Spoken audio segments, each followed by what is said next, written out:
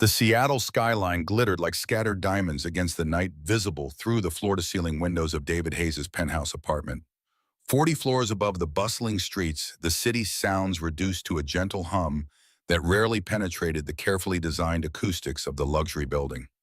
The apartment itself was a testament to success.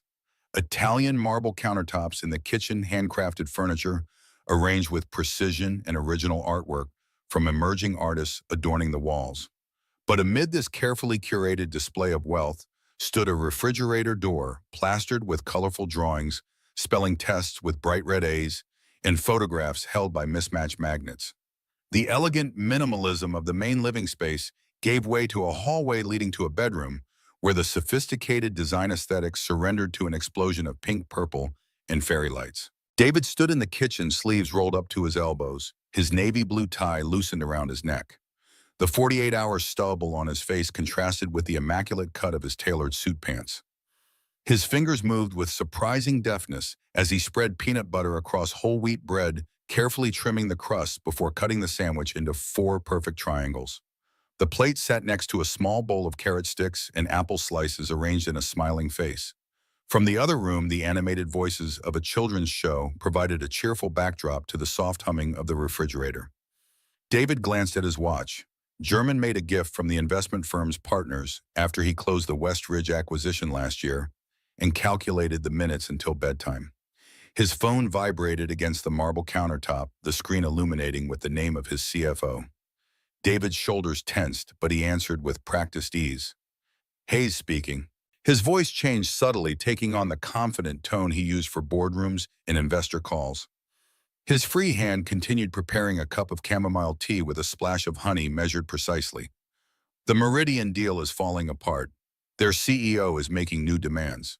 The voice on the other end sounded strained, panicked even. David's jaw tightened, but his movements remained steady as he set the teaspoon down without a sound. Which provisions? The words came out measured, controlled, even as his mind raced through contingency plans. The Eastern properties. They want to exclude them from the valuation model. That changes our entire positioning.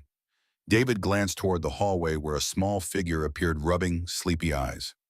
Lily Hayes stood in the entrance to the kitchen, her favorite stuffed elephant dangling from one hand, her dark hair falling in messy waves around her shoulders. At 7 years old, she had her mother's delicate features and artistic temperament, but her eyes were all David's, analytical, observant, missing nothing. She wore mismatched pajamas, the top covered in stars, the bottoms featuring dancing penguins, a compromise from their morning battle over appropriate sleepwear combinations. I'll have to call you back, David said into the phone, his voice softening at the edges. Give me 20 minutes. He ended the call and slipped the phone into his pocket, his entire demeanor transforming in the presence of his daughter. Is that my special sandwich? Lily's voice was small but commanding, already understanding her position as the center of her father's universe. David nodded, moving the plate to the small breakfast nook tucked into the corner of the kitchen. This space, unlike the formal dining room with its 12-person table, felt lived-in, comfortable. The table bore the marks of creative projects, homework sessions, and countless family meals for 2. With the crust cut off just how you like it, he pulled out her chair. Did you finish your reading assignment? Lily climbed onto the chair, folding her legs beneath her. I read 2 extra chapters. Ms. Peterson says I'm reading at a 4th grade level. Pride colored her voice as she took a small bite of her sandwich, careful not to drop crumbs. That's my girl. David poured himself a glass of water, leaning against the counter as he watched his daughter eat. The $40 million merger that might collapse overnight could wait 20 minutes. It had to. His phone buzzed again in his pocket, a text message this time. David ignored it, focusing instead on Lily's animated description of the classroom turtle's escape attempt. Her hands gestured wildly, nearly knocking over her glass of milk. David caught it with the reflexes of a man accustomed to anticipating disasters before they happened in boardrooms and at home. Later, after bedtime stories and promises of weekend adventures, David stood in the doorway of Lily's bedroom, watching the gentle rise and fall of her chest beneath the constellation of glow-in-the-dark stars on her ceiling. The nightlight cast soft shadows across her face, so like her mother's, that sometimes it physically hurt to look at her. He allowed himself 30 seconds of this quiet observation before gently closing the door and returning to the kitchen where he retrieved his phone and fired off a series of texts and emails that would keep his team working through the night. The living room transformed into a makeshift office as David spread documents across the coffee table, his laptop open to financial models and acquisition projections. The Meridian deal represented everything his career had been building toward. Senior partnership at Hayes Blackwell Investment Group, the firm his grandfather had started and his father had expanded. At 38, David was younger than any previous senior partner by nearly a decade. The weight of family legacy pressed on his shoulders like a physical burden as he recalculated valuation models and drafted counter-proposals until the city lights began to dim and the first hints of dawn appeared on the horizon. When his alarm chimed at 6 a.m., David was already showered and dressed, his bloodshot eyes the only evidence of his sleepless night. He moved through the morning routine with military precision, laying out Lily's clothes, preparing breakfast, packing lunch, checking homework. The morning news played quietly on the kitchen television, providing background noise as Lily appeared still yawning, but dressed in the outfit he'd selected. "Daddy, my hair isn't right." She pointed to her attempted ponytail, loose strands escaping in every direction. David set down the lunchbox he was packing and knelt beside his daughter. His fingers more accustomed to signing multi-million-dollar contracts than styling hair fumbled with the elastic band. 3 years of practice had made him proficient, if not expert, at basic hairstyles. The ponytail was lopsided, but Lily nodded her approval. "Will you be home for dinner tonight?" Her question carried the weight of previous disappointments, carefully masked behind casual curiosity. David hesitated, the truth hovering on his lips. The Meridian deal would require late negotiations. "I'll try my best." He avoided making promises he couldn't keep, a lesson learned from his own father's frequent absences. "Mrs. Garcia will pick you up from school and stay until I get home."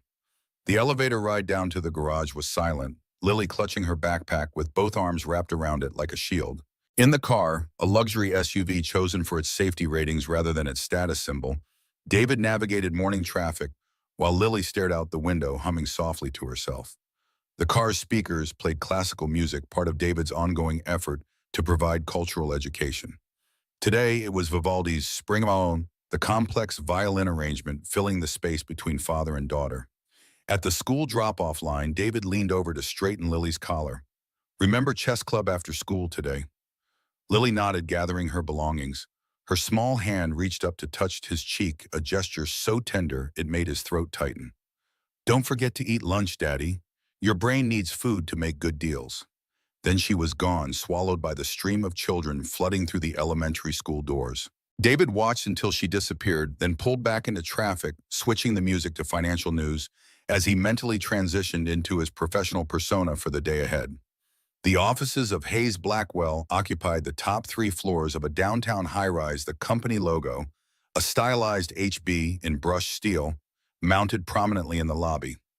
David nodded to the security guard as he swiped his access card, his mind already sorting through the day's priorities. The elevator carried him swiftly to the executive floor, where glass-walled offices allowed senior management to maintain constant visual contact with each other and their teams. "The Meridian team is flying in this afternoon," his assistant informed him, falling into step beside him as he strode toward his office. "Legal has concerns about the new terms." David absorbed the information without breaking stride.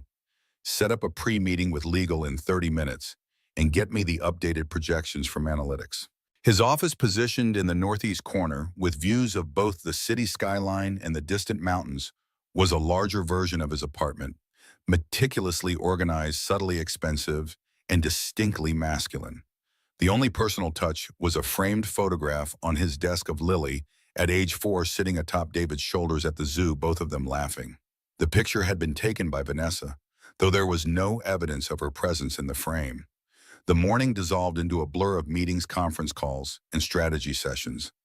David moved through them with the focused intensity that had become his trademark, his mind compartmentalizing personal concerns to make room for the complex financial calculations and negotiation tactics required of him.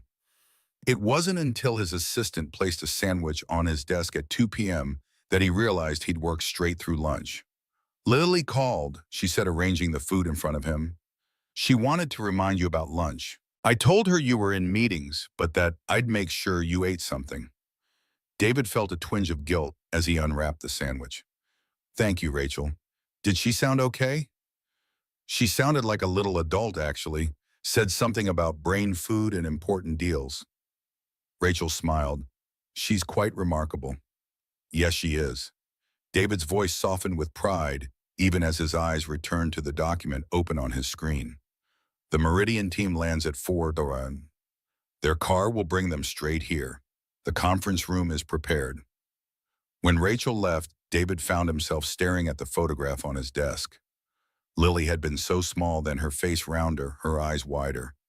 Now she was growing into a person with opinions, fears, and expectations. A person who counted on him in ways that terrified him daily. The sandwich remained untouched as he pulled out his phone and scrolled to a contact he rarely used anymore. Vanessa's number still appeared in his recent calls list, though recent was a relative term. The last outgoing call had been 6 months ago on Lily's birthday. The call had gone to voicemail, as had all calls before it for the past 3 years. His thumb hovered over the contact for a moment before he locked the screen and returned the phone to his pocket. Some habits were harder to break than others. The afternoon stretched into evening. The Meridian team arrived, negotiations began, and the sun set over Seattle while financial terms were debated in the sterile conference room. David led the discussions with the precision and control he was known for, never revealing the growing anxiety he felt as the clock approached 8 p.m. His phone remained silent. Mrs. Garcia would have texted if there were any problems with Lily, but the awareness of another missed dinner weighed on him like a physical presence. It was nearly midnight when David finally returned home, paying Miss Garcia extra for the late hours. The apartment was quiet, dishes from Lily's dinner neatly stacked in the dishwasher. Her homework folder signed and ready, and her backpack by the door. David moved silently down the hallway, pushing open Lily's door just enough to see her sleeping form under the canopy of her princess bed. Another concession to her persistent requests, this one granted on her last birthday. In his own bedroom, David removed his tie and suit with mechanical motions, hanging each piece precisely in the custom closet. The king-size bed with its Egyptian cotton sheets and memory foam mattress offered little comfort as he lay staring at the ceiling, his mind still racing with financial models and negotiation strategies. Sleep, when it came, was filled with fragmented dreams of falling stock prices and Lily waiting alone at school, long after dismissal, the building empty and dark around her. Morning arrived with the same routine, though Fridays held a different energy. Lily chattered more freely over breakfast, excited about the weekend ahead. Do we still get to go to the aquarium tomorrow? She asked, carefully cutting her waffle into precise squares. Absolutely, Pom, David confirmed, checking his calendar to ensure no conflicts had arisen overnight. And remember, tonight you're staying with Grandma Elizabeth. Lily's face brightened. Her grandmother, Vanessa's mother, remained a constant in her life despite her daughter's absence. Elizabeth had never approved of Vanessa's decision to leave and had stepped in to provide the maternal presence Lily needed. Grandma said we're making cookies and watching movies with subtitles. Foreign films again. David raised an eyebrow, amused by his mother-in-law's determination to give Lily a cultural education. French ones. Lily attempted to pronounce a title, stumbling over the unfamiliar sounds. She says I have a good ear for languages. The morning routine proceeded as usual. Drop-off at school, arrival at the office, immediate immersion in the Meridian negotiations. By late afternoon, the deal had reached a tentative agreement, though several key points remained unresolved. David's team celebrated with handshakes and quiet congratulations, professional restraint, keeping their triumph measured and appropriate. David left the office earlier than usual, picking up Lily from school himself, rather than relying on Mrs. Garcia. The surprise on her face when she spotted him waiting in the pickup line was worth the 3 postponed calls and rescheduled meeting. Her small body crashed into his legs with unexpected force, her backpack bouncing against her shoulders as she hugged him fiercely. You came. The simple phrase contained such wonder that David felt something crack inside his chest, a hairline fracture in the careful compartmentalization of his emotions. I promised we'd get you to Grandma's early enough for cookie baking. He lifted her backpack from her shoulders, carrying it alongside his own briefcase to the car. The drive to Elizabeth's house in the Queen Anne neighborhood was filled with Lily's detailed account of her day. The spelling test she aced, the playground politics of who got to use the swings first, the science experiment involving baking soda and vinegar. David listened attentively, asking questions in the right places, wondering how much of her life passed in these small moments he missed during his work weeks. Elizabeth's house stood in stark contrast to David's modern apartment, a restored Victorian with a wraparound porch and garden that bloomed meticulously throughout Seattle's growing seasons. She waited on the porch steps as they pulled into the driveway, her silver hair pulled back in an elegant twist, her posture as straight and proud as it had been when David first met her 15 years ago. "There's my favorite girl." Elizabeth opened her arms as Lily bounded from the car and up the steps. Her eyes, the same deep brown as her daughter's, met David's over Lily's head. The silent acknowledgement passed between them, appreciation for his punctuality, understanding of his constraints, shared concern for the child who connected them. "Thank you for taking her this weekend," David said, handing over Lily's overnight bag. "The aquarium is tomorrow at 11 if you'd like to join us." Elizabeth nodded, her hands smoothing Lily's hair. "We'll see. Tonight is girls' night with French cuisine and cinema." Lily tugged at her grandmother's sleeve. "Can we start the cookies? Now Daddy can stay for one, right?" The hopeful look in his daughter's eyes made the refusal harder, but David shook his head. "Not tonight, sweetheart. I have some work to finish, but I'll pick you up right after the aquarium tomorrow."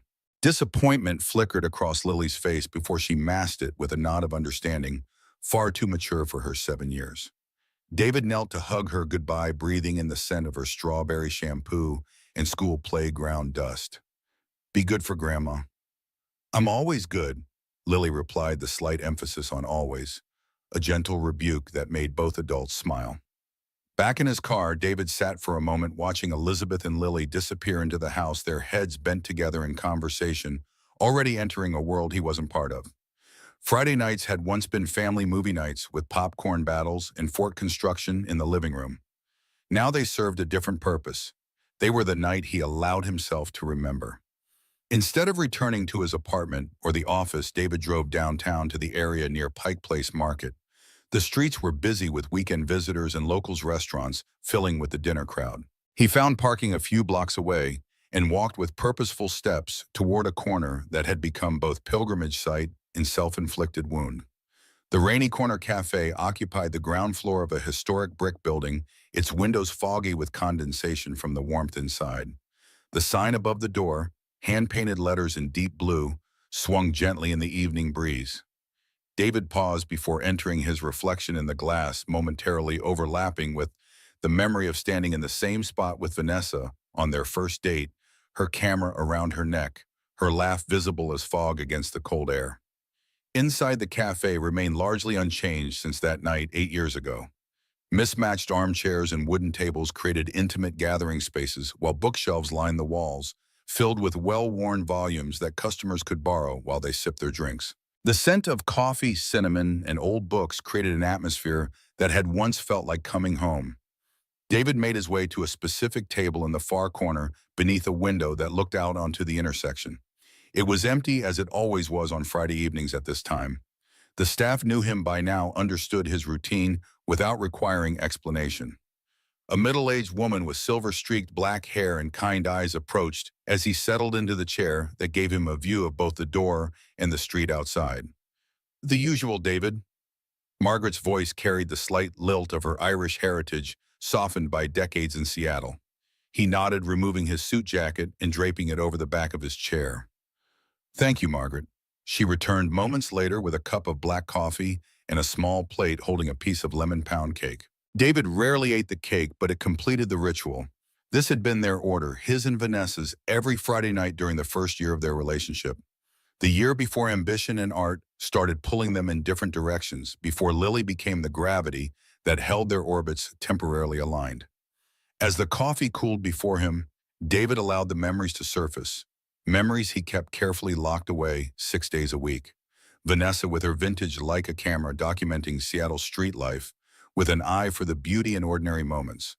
Their courthouse wedding, small and practical, her white dress simple enough to wear again for other occasions. The shock and fear and eventual joy of an unplanned pregnancy. Lily's birth, which Vanessa captured in a self-portrait taken in the delivery room mirror, somehow making even that raw moment appear artistically composed. The beginning of the end had been subtle, A prestigious photography fellowship in New York, Vanessa's growing recognition in art circles, features in photography magazines.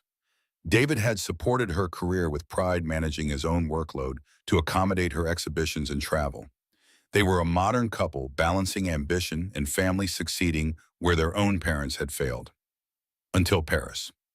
The invitation to join an exclusive artist residency program had come when Lily was 4, a 6-month opportunity Vanessa couldn't refuse. David had rearranged his life to become both mother and father while she was gone, expecting her triumphant return with new portfolios and renewed energy for their family life. The 6 months became 8, then 12. International exhibitions led to commissioned projects. Phone calls became less frequent, Skype sessions with Lily more awkward as the time apart grew. David remembered the last call with perfect clarity. Vanessa's face on the screen, the Parisian apartment visible behind her, apologizing for extending her stay, again promising it would be worth it for all of them in the long run. "I'll be back before you know it," she'd said, the poor connection making her voice sound distant and unfamiliar. "This is just a season in our lives, David, not forever." But seasons had changed 3 times over, and Vanessa remained in Paris.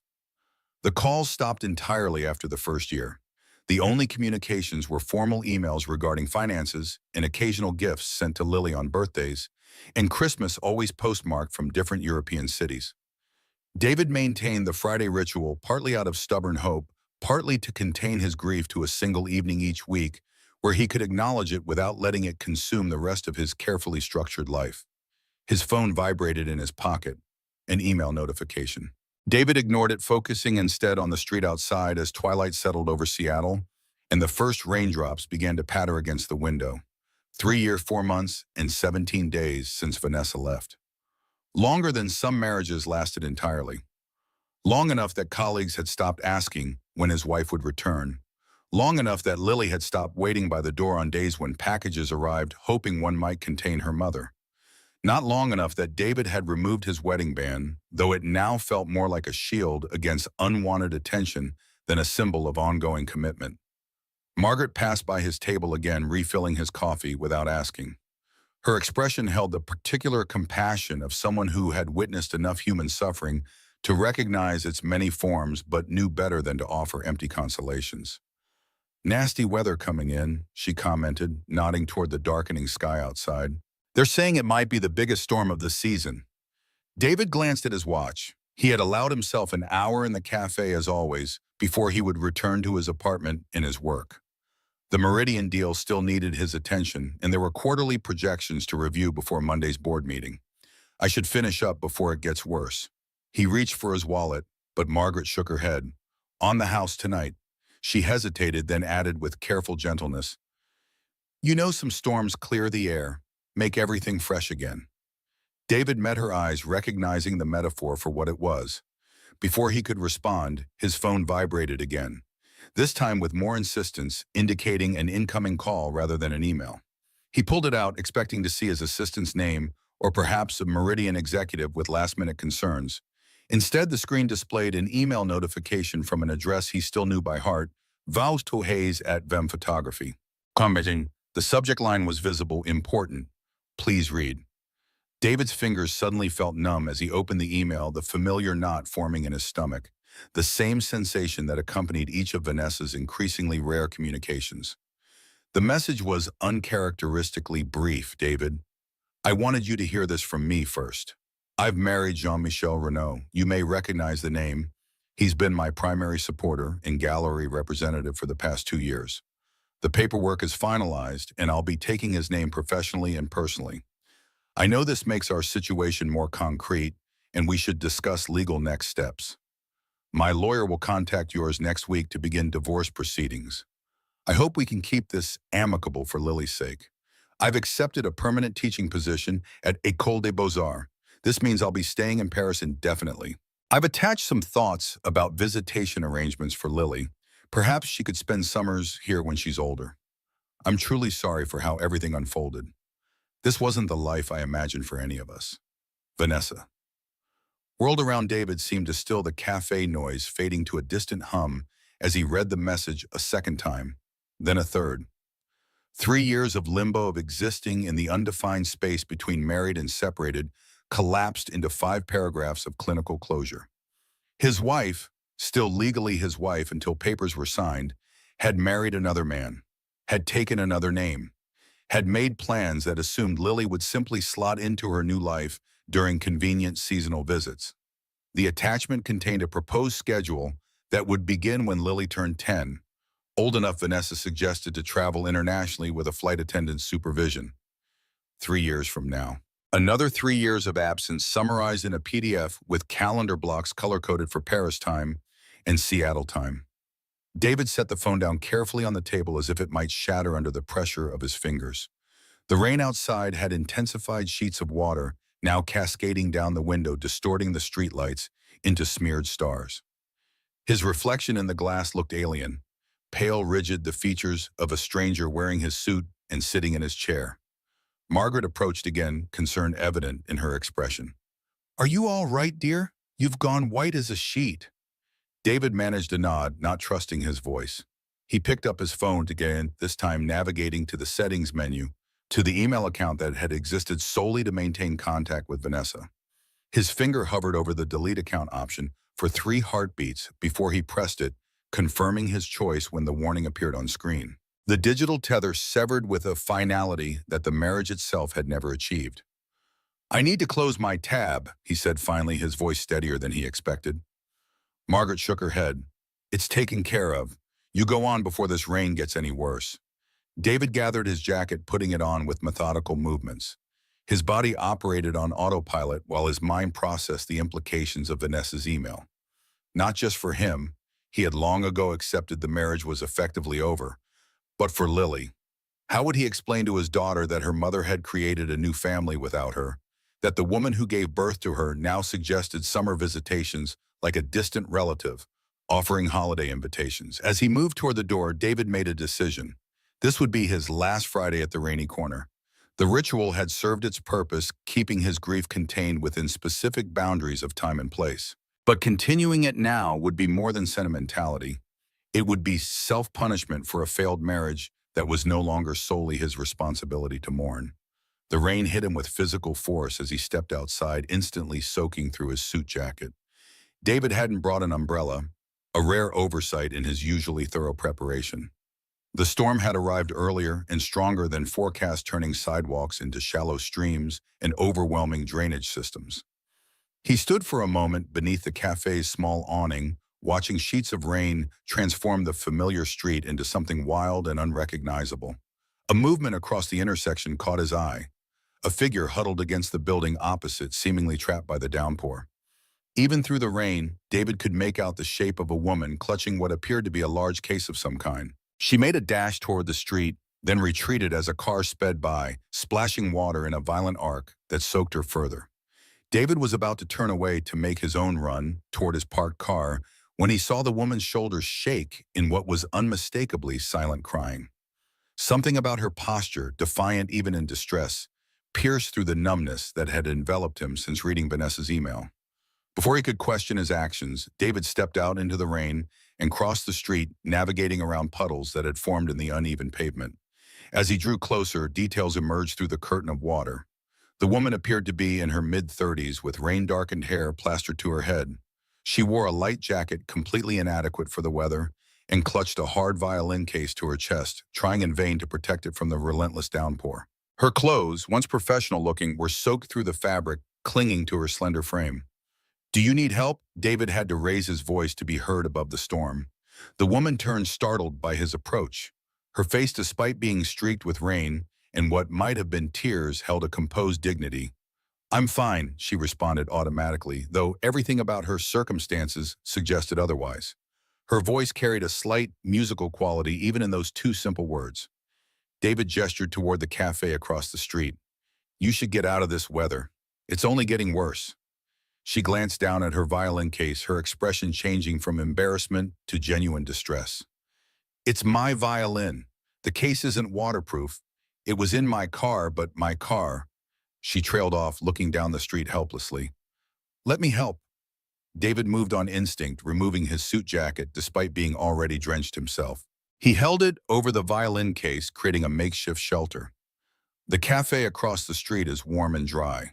We can wait out the worst of the storm there. Hesitation flickered across the woman's face, the natural wariness of accepting help from a stranger, before another powerful gust of wind drove a fresh wave of rain against them. She nodded, allowing David to position his jacket to better shield the instrument as they made their way across the street. The warm air inside the rainy corner created an immediate fog on David's glasses as they entered. Margaret looked up from behind the counter, surprise registering on her face at his return, particularly with company. The cafe had emptied somewhat as the storm intensified, leaving several tables available. Back so soon? Margaret raised an eyebrow, already reaching for towels kept on hand for rainy day customers. The storm caught us by surprise. David accepted the towels, handing several to the woman beside him. Could we get 2 hot drinks? Whatever you recommend for warming up. Margaret nodded, her gaze moving between David and the woman with poorly concealed curiosity. David guided them to a table near the fireplace that occupied the center of the cafe. Not his usual spot, a deliberate break from routine. The woman set her violin case on the empty chair beside her, opening it quickly to inspect the contents. Relief washed over her face as she ran her fingers along the instrument, checking for damage. Thank God, she murmured. It survived worse, but not much worse. David watched as she tenderly dried the violin with one of the towels, her movements practiced and reverent. The instrument was clearly not just a possession, but an extension of herself. Only after ensuring its safety did she turn her attention to her own sodden state, running another towel over her hair and face. Thank you for your help, she said, meeting his eyes directly for the first time. Hers were a clear, gray-blue, intelligent, and assessing. I'm Claire Thompson. David Hayes. He offered his hand, realizing too late that it was as wet as the rest of him. She shook it anyway, her grip firm and brief. Margaret arrived with 2 steaming mugs, spiced cider rather than coffee, and set them on the table with a knowing smile that David studiously ignored. As she walked away, Claire wrapped her hands around her mug, absorbing the warmth. I don't usually accept help from strangers, she said after a moment, but desperate times and violins call for desperate measures. David found himself smiling slightly, the first genuine smile that had crossed his face since reading Vanessa's email. And I don't usually offer my jacket to strangers, so we're even. Claire took a sip of her cider color, gradually returning to her face as the warmth spread through her. I should explain why I was standing in the rain like a drowned cat. My car broke down 3 blocks from here. Timing belt probably from the sound it made before dying. I was trying to protect my violin while figuring out my next move. Do you need to call someone a towing service? David offered, already reaching for his phone. Claire shook her head. I've already called, but they're backed up because of the storm. 2-hour minimum wait time. She glanced out the window at the unrelenting rain. I was going to wait it out, but then my phone died too. It's been that kind of day. The simple statement carried the weight of a much larger story, one David recognized from his own experience with days that collapsed one piece at a time. You're a violinist, he asked, nodding toward the instrument case. Something guarded passed over Claire's expression. I was. Now I'm... She hesitated as if recalibrating her answer. Between careers, I suppose. I just moved to Seattle last month. What brings you here? David found himself genuinely curious, his own problems temporarily sidelined by the distraction of her story. Claire took another sip of cider before answering. My aunt, my mother's sister, is ill, pancreatic cancer. She has no one else, so I came to help. She spoke matter-of-factly, without seeking sympathy. I was a music teacher in Portland until my school lost funding. The timing worked out in a way. I'm sorry about your aunt, David said, recognizing in Claire's practical tone the same approach he took to life's difficulties, acknowledgement without indulgence. Thank you. Claire's gaze returned to the window where lightning briefly illuminated the sky, followed by a rumble of thunder. What about you? Do you rescue rain-soaked musicians often, or was I just lucky? The question was asked lightly, but David sensed her genuine curiosity about why he had approached her. I was already here, he explained, gesturing vaguely around the cafe. Friday tradition. Ah, Claire nodded as if this explained everything. Important business meetings over excellent pound cake. David looked down at his soaked shirt and tie, wondering what impression he gave. No, just Personal time. He left it vague, unwilling to explain the ritual he had just decided to abandon. Claire seemed to sense his reluctance to elaborate. She changed the subject smoothly. Well, regardless of why, thank you again. My violin is practically a family member. It was my grandmother's. She played with the Boston Symphony Orchestra in the 50s. That's impressive.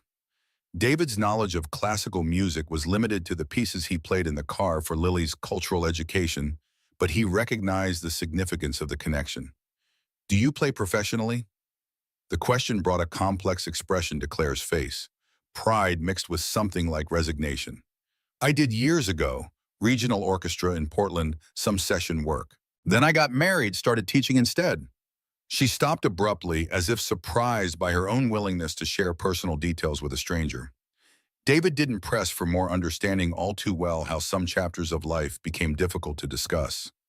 The rain continued its assault on the windows, creating a cocoon of sound around the cafe that made their conversation feel isolated from the outside world.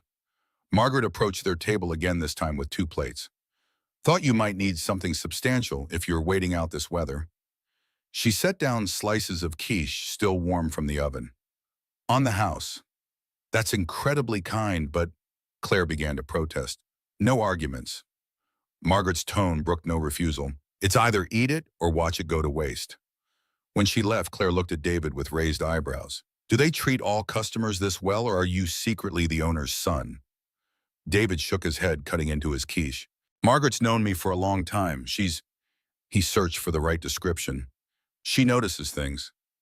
They ate in companionable silence for a few minutes, the simple act of sharing food creating an unexpected ease between them.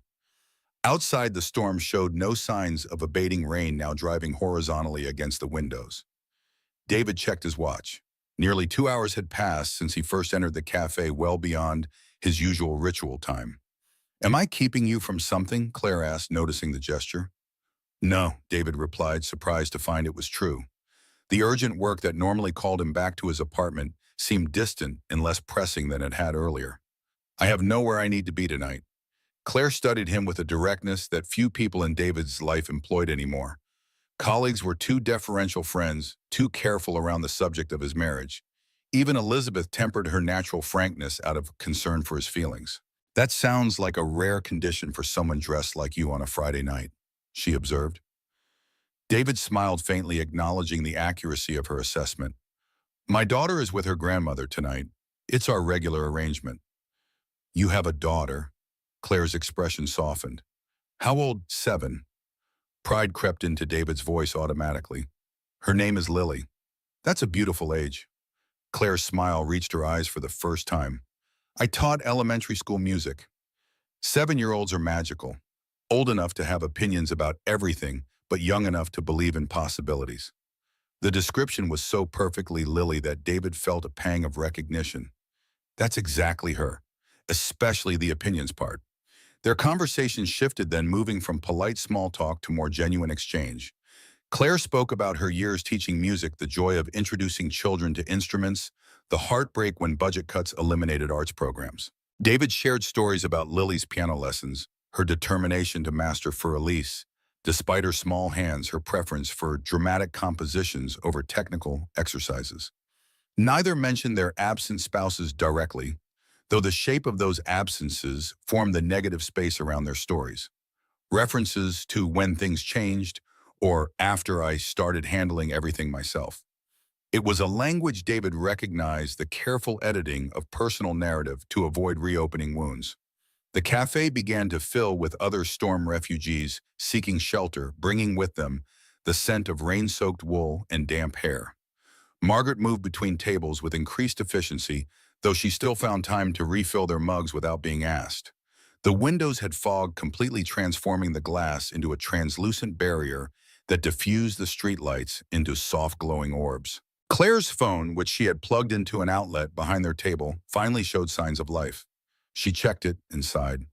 The towing company canceled all non-emergency calls for the night. Apparently there's flooding in parts of the city. Do you need a ride somewhere? David offered, the words emerging before he had fully considered them. My car is just a few blocks away. Claire hesitated, her instinctive caution visibly warring with practical necessity. That's very kind, but I wouldn't want to impose further. It's no imposition, David assured her, surprised to find he meant it. The storm's not letting up, and I doubt you'll find a taxi in this weather. After a moment's consideration, Claire nodded. If you're sure, I would appreciate it. I'm staying near the University District, my aunt's place. They gathered their belongings, Claire carefully returning her violin to its case. David insisted on paying for their food despite Margaret's protests, leaving a generous tip that acknowledged the exceptional service. As they prepared to venture back into the storm, David realized he had left his umbrella at home, an unusual oversight for someone who prided himself on preparation. We'll have to make a run for it, he said, looking out at the rain-swept street. My car's in the garage on Pine Street. Claire repositioned her violin case inside her jacket, creating an awkward but effective shelter for the instrument. I'm ready when you are. The cold shock of rain hit them as they left the cafe's warmth, instantly soaking through their partially dried clothes. David instinctively placed himself between Claire and the street, shielding her from splashing cars as they hurried along the sidewalk. The wind had intensified, driving the rain at sharp angles that rendered normal walking nearly impossible. Claire clutched her violin case with both arms, her head bent against the deluge. They were halfway to the garage when a particularly violent gust caught them, nearly knocking Claire off balance. David reached out instinctively, steadying her with a hand on her elbow. Their eyes met briefly in the rain-distorted glow of a street lamp, a moment of connection amid chaos that registered somewhere in David's chest as unfamiliar warmth. By the time they reached his car, the luxury SUV, now an island of dry sanctuary, they were both drenched beyond salvaging. David unlocked the doors remotely, allowing Claire to slide into the passenger seat before circling to the driver's side. Inside, they sat for a moment in stunned silence, water pooling beneath them on the leather seats. Well, Claire said, finally pushing wet hair away from her face, I don't think I could possibly get any wetter without actually swimming. David found himself laughing, a short surprise sound that felt foreign after weeks of careful professional chuckles and parent-appropriate amusement. I think Seattle is trying to make an impression on you. Mission accomplished. Claire cradled her violin case on her lap, running her fingers over it to check for new damage. Satisfied with its condition, she looked up at David. Thank you, again. Wyatt started the car, the engine purring to life with expensive precision. The climate control activated automatically, sending warm air through the vents. Where exactly am I taking you? Claire gave him an address in Ravenna, near the university as she'd mentioned. David entered it into the navigation system, though he was familiar with the area. As they pulled out of the garage, the full force of the storm became apparent. Streets had transformed into shallow rivers, traffic signals swayed dangerously in the wind, and a few other cars braved the conditions. I've never seen weather like this in Portland, Claire remarked, watching as they passed a tree branch that had fallen across a sidewalk. Seattle saves its most dramatic performances for special occasions, David replied, navigating carefully around a particularly deep puddle, though this is extreme even for here. The drive that should have taken 15 minutes stretched to nearly 40 as they detoured around flooded intersections and debris.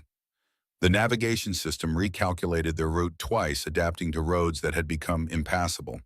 Through it all, they maintained a conversation that flowed with surprising ease, discussing Seattle neighborhoods, comparing notes on Pacific Northwest weather patterns, sharing benign stories about their respective lives that carefully avoided the complicated chapters. When they finally reached Claire's address, a modest craftsman-style house set back from the street behind a small garden, David pulled as close to the front path as possible, though it offered little protection from the continuing downpour. I can't thank you enough, Claire said, gathering her violin and the small bag she'd had with her. You've saved both me and a very expensive family heirloom tonight. It was no trouble, David replied, and was surprised to realize he meant it sincerely. The detour had taken him miles from his planned route home, but the evening had provided a strange respite from the emotional turmoil of Vanessa's email. Claire reached into her bag and extracted a slightly damp business card. If you ever need piano lessons for Lily, or know anyone who does, she offered it with a self-deprecating smile. I'm rebuilding my student roster here. David accepted the card, noting the simple design Claire Thompson piano and violin instruction with a phone number and email address. He reached for his wallet to reciprocate, then remembered his own cards were in his suit jacket pocket, likely ruined by rain. I don't have a dry card to offer, but He hesitated, then made a decision that felt simultaneously impulsive and inevitable. Lily has been asking for more advanced piano lessons. Her current teacher is retiring next month. Claire's expression brightened professional interest, overtaking her earlier weariness. How long has she been playing? What method books does she use? 3 years, David answered. And I'm afraid I don't know the books. Her grandmother arranges the lessons. I could meet with her, see where she is skill-wise. Claire's voice took on the confident tone of expertise. I specialize in teaching children. It was my favorite part of school programs. I'd like that. David found himself genuinely interested in the possibility, imagining Lily's excitement at working with a real orchestral violinist. I'll call you next week to arrange something. Claire nodded, then glanced at the continuing storm outside the car window. I should make a run for it before it gets worse, if that's possible. She gathered her belongings, then paused with her hand on the door handle. Thank you, David, for everything tonight. Drive safely, David responded automatically, then added with a small smile, Oh, wait, you can't. Claire laughed, the sound bright against the drumming of rain on the car roof. Too soon.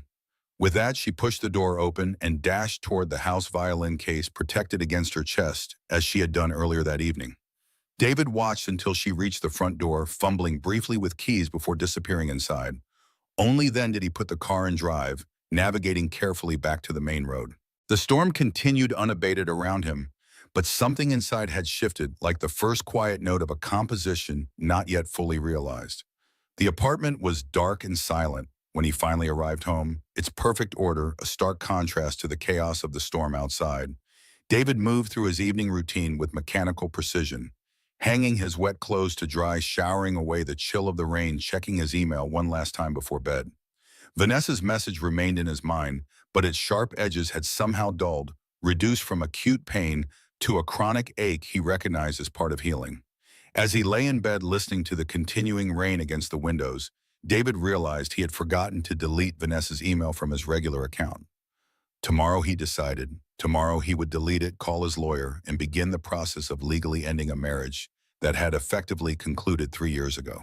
The thought brought not peace exactly, but a clarity that had been absent for longer than he cared to admit. His final conscious thought before sleep claimed him was not of Vanessa or the Meridian deal, or even Lily's weekend plans. Instead, it was the image of a violin case cradled protectively against the storm and the surprising warmth of laughter in a rain-soaked car. The Sunday following their chance encounter passed in a blur of aquarium exhibits and ice cream, David attentively watching Lily press her small hands against the glass of the jellyfish tank, her face illuminated by the ethereal blue light. The weekend routine, carefully constructed to maximize their limited time together, had always been his anchor after 5 days of conference calls and financial projections. Yet as they moved from otters to octopuses, David found his thoughts drifting occasionally to the business card tucked in his wallet, to rain-soaked violin cases and unexpected laughter in his car. Monday morning brought the familiar rush of emails and urgent meeting requests. The Meridian deal hovered in precarious balance with legal teams from both sides dissecting contract language, while David mediated conflicts between stakeholders. By Wednesday, the usual rhythms of corporate life had nearly washed away the memory of Friday's storm, relegating it to an unusual interlude in an otherwise predictable existence. Nearly, but not entirely. David sat in his office reviewing quarterly projections when his phone buzzed with a text from Elizabeth. Lily's piano teacher had canceled her Thursday lesson, the third cancellation in 2 months. The message included a gentle reminder that Miss Jenkins was retiring soon, and perhaps it was time to consider alternatives.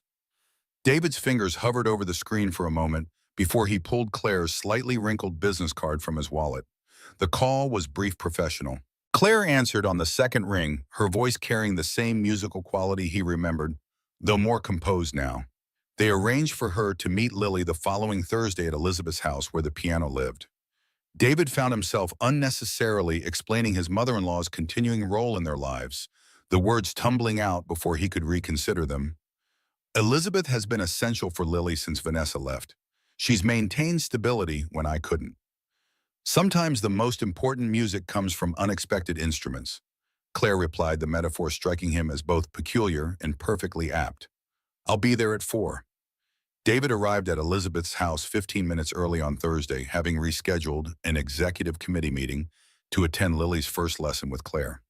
The Victorian home looked particularly welcoming in the golden afternoon light, flower beds now partially recovered from the weekend storm. Elizabeth opened the door before he could knock, one eyebrow raised in mild surprise at his punctuality. "She's practicing her scales," Elizabeth informed him, leading the way to the formal living room, where a polished upright piano held pride of place among antique furniture. "Though I'm not sure why you felt the need to attend a simple evaluation, David." His explanation about wanting to ensure compatibility between teacher and student sounded hollow even to his own ears. Elizabeth's shrewd gaze suggested she wasn't convinced either, but she refrained from further comment. Lily sat on the bench, her legs dangling above the pedals she couldn't yet reach, methodically working through scales with a concentration that transformed her usually animated face into a mask of solemn purpose. She brightened immediately upon seeing David launching herself from the bench and into his arms with practiced precision. "Daddy, Grandma said you'd be working." Her small fingers gripped his suit lapels, wrinkling the carefully pressed fabric. "I wanted to meet your new piano teacher." David straightened her cardigan, noticing a small stain on the collar that had escaped Elizabeth's usually meticulous attention. "She's very talented and might be able to teach you those difficult parts in the Beethoven piece." The doorbell chimed before Lily could respond, her excitement shifting immediately to the nervous anticipation she always displayed with new adults. Elizabeth went to answer, leaving father and daughter alone for a moment. Lily's voice dropped to a whisper, her eyes suddenly serious. "What if she doesn't like how I play Miss Jenkins, says I rush the tempo?" "Then she'll help you learn not to," David replied, recognizing his daughter's perfectionist tendencies as an inheritance from both parents. "Teachers are there to help us improve, not judge us for what we haven't mastered yet." Footsteps in the hallway announced Claire's arrival. She entered the room with Elizabeth carrying a leather messenger bag and dressed in simple but professional attire, dark jeans, a crisp white blouse, and a tailored blazer. Her hair, now dry and styled, fell in soft waves around her face, making her appear younger than she had seemed during their rain-soaked encounter. Claire's gaze moved first to Lily, her expression warming instantly as she knelt to the child's eye level. "You must be Lily. I'm Claire Thompson." She extended her hand as if greeting a fellow professional rather than a 7-year-old. "Your dad tells me you've been playing piano for 3 years, which means you must have very dedicated fingers." Lily shook the offered hand solemnly, straightening her posture. "I practice every day for 20 minutes, even weekends." "That's impressive discipline." Claire glanced up at David with a small smile before returning her attention to Lily. "Would you mind playing something for me, whatever piece you're currently working on?" The evaluation proceeded with a naturalness that surprised David. Claire sat beside Lily on the bench, maintaining a respectful distance while creating an atmosphere of shared endeavor rather than examination. She asked questions between demonstrations, showing genuine interest in Lily's musical opinions and gently correcting technical issues without undermining confidence. Elizabeth, initially watching with arms folded and expression guarded, gradually relaxed as Claire's expertise became evident. When Lily stumbled over a difficult passage in her Beethoven piece, frustration clouding her face, Claire intervened with quiet authority. "Music isn't about being perfect, Lily. It's about telling a story with sound. What do you think Beethoven was trying to say with these notes?" Lily considered the question with the serious concentration she applied to all intellectual challenges. "Maybe he was sad, but trying to be brave." "That's a beautiful interpretation." Claire demonstrated the passage, her fingers moving across the keys with fluid precision. "If that's the story you hear, let's find a way to tell it with your hands." The lesson continued for 45 minutes, extending beyond the planned half hour, as Claire assessed Lily's abilities and introduced several new technical exercises disguised as musical games. David, initially standing near the doorway, found himself drawn closer, captivated by the rapport developing between his daughter and this woman who had been a stranger less than a week earlier. When they finally concluded, Lily turned to David with unrestrained enthusiasm. "Can Ms. Thompson be my teacher forever? She doesn't make me play the boring parts over and over like Ms. Jenkins." Claire laughed, the sound as warm and natural as it had been in his car. "I make my students play the boring parts too, but we call them foundation stones instead. Can't build a castle without a solid foundation." The metaphor delighted Lily, who immediately began questioning Claire about castle architecture and its relationship to music theory. Elizabeth used the moment to draw David aside, her voice low enough not to interrupt the conversation at the piano.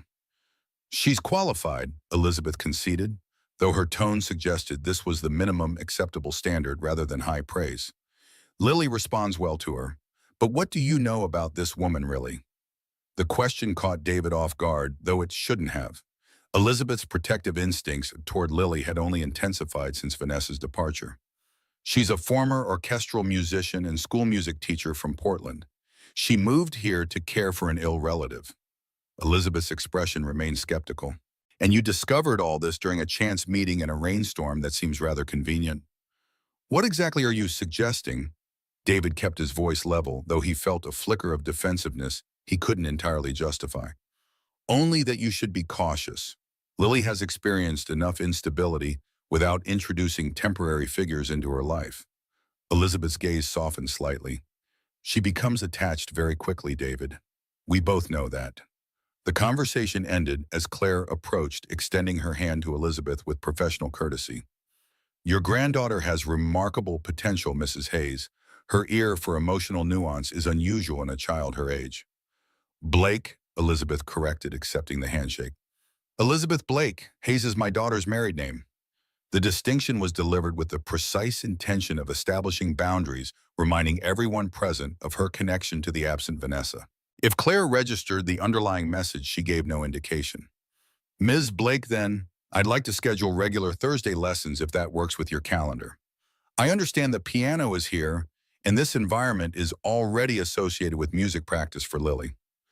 The women settled logistics while David knelt beside Lily, who was carefully placing sheet music into a folder decorated with hand-drawn musical notes. What did you think of Ms. Thompson? He asked quietly. Lily considered the question with characteristic thoughtfulness. She listens differently than other grown-ups, not just to my playing, but to my ideas. She looked up at David, her expression suddenly vulnerable. Do you think Mom would like her? The question pierced through David's chest like a physical pain sharper for its unexpectedness. Lily rarely mentioned Vanessa directly anymore, though her absence shaped their lives like a photographic negative, defined by the space where something should be. I think, David replied carefully, your mother would want you to have the best teacher possible. The answer satisfied Lily for the moment, though David knew the deeper questions about Vanessa remained unanswered. Questions he himself couldn't fully address without confronting emotions he kept carefully compartmentalized. As they prepared to leave, Claire handed David a written assessment of Lily's abilities and recommended practice techniques. Their fingers brushed briefly during the exchange, a momentary contact that shouldn't have registered at all, yet somehow lingered like a wrong note in a familiar composition. She has remarkable potential, Claire repeated, this time for David alone. But more importantly, she genuinely loves music. That can't be taught. The following weeks established a new rhythm in their lives. Thursday afternoons became piano lesson days, with David occasionally attending when meetings permitted, observing the growing rapport between Claire and Lily. Professional boundaries remained clearly established. Claire was Lily's piano teacher. Nothing more yet. Something indefinable shifted in the atmosphere when she arrived each week, bringing energy and creative perspective into spaces that had grown stagnant with routine. At work, the Meridian deal continued to consume most of David's attention, its complexities multiplying as the due diligence process revealed potential issues with property valuations in the Eastern portfolio. The merger would position Hayes Blackwell as the dominant financial services firm in the Pacific Northwest, potentially adding hundreds of millions to their managed assets while eliminating a key competitor.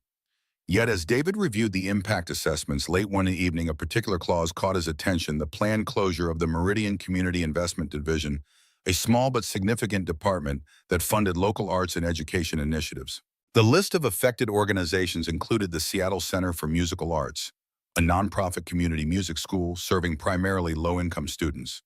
The same school Claire had mentioned during their third meeting when she'd commented on teaching a weekend workshop there to rebuild her professional network.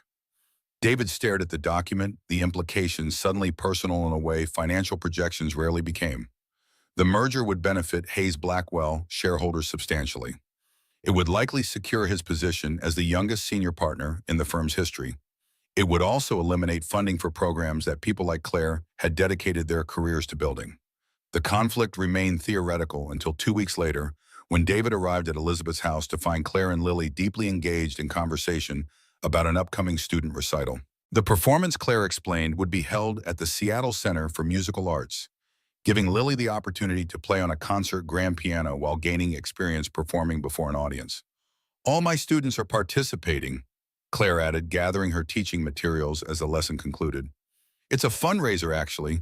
The center recently lost a major corporate sponsor and needs to replace the funding. David felt the uncomfortable weight of privileged knowledge pressing against his chest. When is the performance? 3 weeks from Saturday. I've already discussed it with Elizabeth, who thinks it would be excellent experience. Claire handed him a flyer for the event, the center's logo prominently displayed at the top. I hope you can attend. Lily will be playing the Beethoven piece we've been working on. That night, after Lily was asleep, David sat in his home office, surrounded by Meridian merger documents, the recital flyer placed conspicuously beside them. The professional and personal spheres of his life, usually kept in careful separation, now collided in ways he hadn't anticipated. He found himself researching the Seattle Center for Musical Arts, learning about its 30-year history, providing affordable music education in communities where school arts programs had been eliminated. The next day, David requested a meeting with James Blackwell, the grandson of the firm's co-founder and current managing partner. The older man's corner office occupied the prime northwest position on the executive floor, its windows offering panoramic views of the Olympic Mountains on clear days. James had been David's mentor since he joined the firm as a junior analyst 15 years earlier, recognizing potential that others had overlooked. The Meridian deal is proceeding on schedule, James asked after pleasantries were exchanged, his direct approach characteristic of their relationship. It is. David placed a folder on the desk between them, but I've identified a potential reputation risk we should address before proceeding. James raised an eyebrow, reaching for the folder with measured curiosity. I wasn't aware we had reputation concerns with this acquisition. The elimination of Meridian's community investment division could generate negative press, particularly among certain demographic groups we're targeting for wealth management expansion. David had framed the issue in business terms, knowing any hint of personal interest would undermine his position. I've outlined an alternative approach that would maintain key community investments while still achieving our desired cost synergies. James reviewed the proposal with the careful attention that had made him a formidable financial strategist. This preserves funding for several arts organizations. Since when does Hayes Blackwell concern itself with community theater and music lessons? Since our client acquisition strategy shifted toward tech industry professionals and creative economy executives. David leaned forward slightly, maintaining the dispassionate tone expected in these discussions.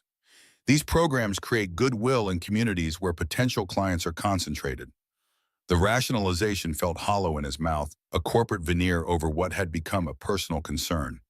Yet it was the language James respected, the only argument that might preserve what Claire and others had worked to build. The numbers still work, James conceded, studying the financial projections in the proposal. But this reduces the immediate return on investment by nearly 2%. The board expects maximum value creation from this merger. Short-term gains at the expense of community relationships are ultimately counterproductive. David met his mentor's gaze directly. We're not just acquiring assets, we're integrating ourselves into the civic infrastructure of this region. How we handle this aspect of the merger will define our reputation for years. James studied David for a long moment, his expression unreadable. This isn't like you to champion community causes over shareholder value. Is there something personal driving this particular concern? The question hung in the air between them, demanding an answer David wasn't entirely prepared to give. His professional reputation had been built on objective analysis and unsentimental decision-making. Yet denying the personal dimension felt dishonest in ways he couldn't articulate even to himself. I've been reevaluating certain priorities recently, David replied carefully. My daughter is involved with one of these music programs. I've seen firsthand the value they provide. Something shifted in James' expression, not disapproval exactly, but a recalibration of his understanding. I see. He closed the folder deliberately. I'll consider your recommendation, but I make no promises. The board has specific expectations for this acquisition.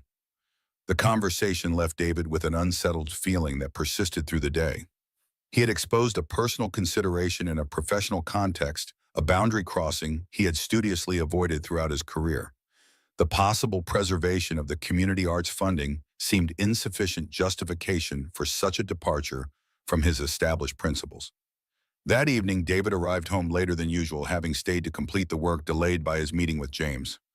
Lily was already in pajamas, her hair damp from the bath, when he entered the apartment. Miss Garcia, their longtime sitter, was helping her organize materials for a school project due the following week. "Daddy," Lily launched herself at him with her customary enthusiasm. "You missed taco night." "I'm sorry, sweetheart." David set down his briefcase to properly return her hug, breathing in the clean scent of her shampoo. The meeting ran long. Mrs. Garcia gathered her belongings, her expression communicating the mixture of understanding and gentle disapproval David had grown accustomed to from the women who helped raise his daughter. She had dinner and finished homework. The project materials are all ready for tomorrow. After the sitter departed, David spent an hour helping Lily with her project, a diorama depicting a rainforest ecosystem complete with paper trees and clay animals. Her meticulous attention to detail mirrored his own, though she approached the task with an artistic sensibility that reminded him painfully of Vanessa. Thompson says imagination is just as important as facts, Lily informed him as she positioned a particularly vibrant toucan on a branch. "So my toucan can be blue even though real ones aren't." Ms. Thompson seems very wise. David carefully attached a vine made from twisted green paper. "Do you enjoy your lessons with her?" Lily nodded enthusiastically. "She's teaching me a special song for the recital. It tells a story about a storm and then sunshine coming back." She looked up at him, her expression suddenly serious. "You're coming to watch me play, right? Even though it's a Saturday. I wouldn't miss it for anything." David made the promise without hesitation, though his calendar already showed a conflict, a quarterly board meeting scheduled months in advance. He would find a way to resolve it regardless of the professional consequences. The recital became a fixed point around which other obligations were forced to reorganize. David informed his assistant that he would be unavailable for the entire Saturday, declining a golf invitation from a potential client and rescheduling his regular weekend call with the London office. James raised an eyebrow when informed of these changes, but made no comment beyond a cryptic observation about evolving priorities. 2 days before the recital, David received a call from James requesting his immediate presence in the executive conference room. He arrived to find the senior leadership team assembled along with several board members, their expressions uniformly grave. "The Meridian deal has hit a complication," James announced without preamble. "Their board is considering a competing offer from Westridge Capital. We need to revise our approach immediately if we want to salvage this acquisition." The room erupted in strategic discussions, contingency plans, and reassessments of valuation models. David participated automatically, his analytical mind generating alternatives and evaluating scenarios, even as a sense of foreboding grew in his chest. The solution, when it emerged, was both obvious and deeply problematic on a personal level. "We need to improve our offer by eliminating more redundancies," the chief financial officer concluded. "The community programs were already marginal activities. Cutting them entirely gives us the financial flexibility to increase the cash component of our offer." James turned to David, his expression carefully neutral. "You've been closest to this deal from the beginning. I need you to personally present our revised offer to the Meridian board in San Francisco. Tomorrow." The implication hung in the air between them. Tomorrow was Friday. The recital was Saturday. Even with the best possible outcome, David would be cutting it extremely close to return in time.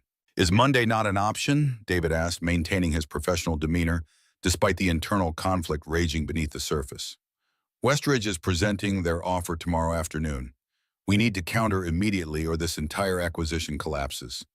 James's tone left no room for negotiation. "The corporate jet is being prepared as we speak. You'll depart at 7 a.m. The meeting concluded with action items distributed and timelines established. David returned to his office, immediately calling his assistant to rearrange his schedule and make necessary preparations for the trip. Only after these professional obligations were addressed did he allow himself to contemplate the personal implications. He would need to tell Lily he might miss her recital, the performance she had practiced for weeks, the event he had promised to attend. The thought formed a cold weight in the pit of his stomach, a physical manifestation of competing responsibilities that could not be simultaneously fulfilled. That evening, David sat on the edge of Lily's bed, watching as she arranged her special recital outfit, a purple dress with silver stars and matching headband for Saturday. Her excitement was palpable as she described how Claire had helped her overcome the difficult passages in her piece, how the grand piano at the music center would make the music sound more magnificent. Lily, I need to tell you something important. David chose his words carefully, balancing honesty with the desire to spare her unnecessary disappointment. I have to go to San Francisco tomorrow for work. It's a very important meeting that can't be rescheduled. Lily's hands stilled on her dress, her expression shifting from confusion to the beginning of understanding. But you'll be back for my recital, right? You promised. I'm going to do everything possible to be there. David maintained eye contact, refusing to offer false certainty. The meeting is in the morning and I've arranged for the fastest flight back. But I need you to understand that sometimes, even when we want something very much, circumstances make it difficult. Lily's lower lip trembled slightly, though her voice remained steady, another inherited trait that sometimes broke his heart. Grandma will be there, and Miss Thompson. Yes, they will. David reached out to smooth her hair, an automatic gesture of comfort. And I will do everything humanly possible to be there too. That's my promise. Later, after Lily had fallen asleep, David called Elizabeth to explain the situation.